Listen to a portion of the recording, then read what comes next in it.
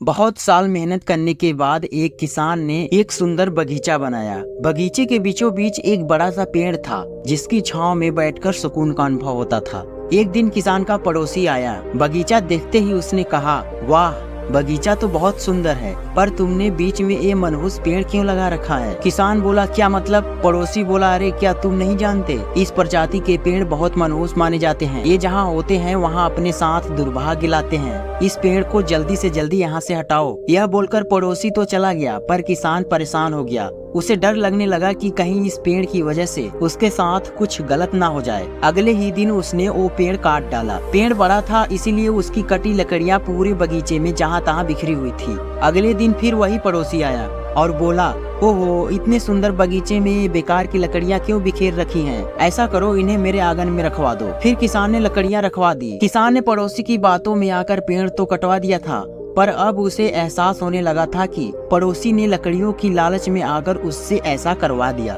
फिर दुखी मन से वह महान गुरु लाओ तज्जू के पास पहुंचा और पूरी बात बताई। लाओ तज्जू मुस्कुराते हुए बोले, तुम्हारे पड़ोसी ने सच ही तो कहा था, वो पेड़ वास्तव में मनहूस था, तभी तो वो तुम्हारे जैसे मूर्ख के बगीचे में लगा था। यह सुनकर किसान का मन और भी भारी हो गया। फिर लाओ तज्जू बोले, उदास मत हो, अच्छी बात यह है कि तुम अब पहले जैसे मूर्ख नहीं रहे। तुमने पेड़ तो गंवा दिया, पर उसके बदले में एक कीमती सबक सीख लिया है। जब तक तुम्हारी अपनी समझ किसी बात को ना स्वीकारे, तब तक दूसरे की सलाह पर कोई कदम मत उठाना। दोस्तों, ऐसा ही हमारे रियल लाइफ में भी होता है। बहुत बार हम दूसरों की देखा देखी या किसी की सलाह पर कोई डिसीजन ले लेते हैं। जैसे कि कोई अपने फ्रेंड की वजह से कोई सब्जेक्ट या कॉलेज चूज कर लेता है, या किसी की सलाह पर कोई मल्टी लेवल मार्केटिंग कंपनी से जुड़ जाता है, शेयर मार्केट में पैसा लगा देता है etc। हो सकता है ऐसा करना कुछ लोगों के लिए फायदेमंद रहता हो, पर ज्यादातर मामलों में नतीजा बुरा ही होता है।